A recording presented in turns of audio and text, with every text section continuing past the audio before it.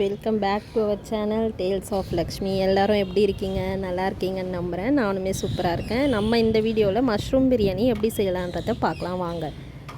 அதுக்கு நான் குக்கரில் வச்சு எண்ணெய் ஊற்றிக்கிறேன். எண்ணெய் ஊற்றுனதுக்கப்புறம் பிரியாணி ஸ்பைசஸ் எல்லாம் சேர்த்துக்கலாம். சேர்த்துட்டு வெங்காயமும் சேர்த்து நல்லா அதை வதக்கிக்கோங்க. உப்பு வதங்கிறதுக்காக உப்பு கொஞ்சமாக சேர்த்துக்கிறேன். இதில் நான் ஒரே ஒரு மிஸ்டேக் ஒன்று பண்ணியிருக்கேங்க, தயவுசெய்து மன்னிச்சுக்கோங்க.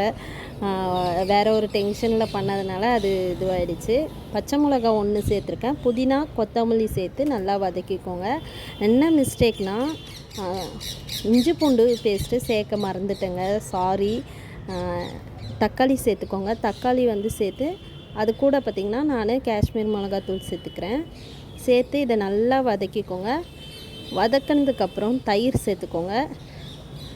நான் இஞ்சி பூண்டு பேஸ்ட் நடுவில் அப்படியே நான் சேர்த்துட்டேன். என்னடா ஸ்மெல் அந்த ஸ்மெல் வரலையேன்னு பார்த்தா கடைசியில் இஞ்சி பூண்டு பேஸ்ட்டு சேர்க்கறதுக்கு மறந்துட்டேன். யாரும் திட்டாதீங்க. நல்லா சேர்த்து தயிரும் சேர்த்து நல்லா வதங்கினதுக்கப்புறம் நம்ம மஷ்ரூமை இந்த மாதிரி எடுத்து க்ளீன் பண்ணி அரிஞ்சு வச்சுருக்கோம். அதை இதில் சேர்த்துடலாம்.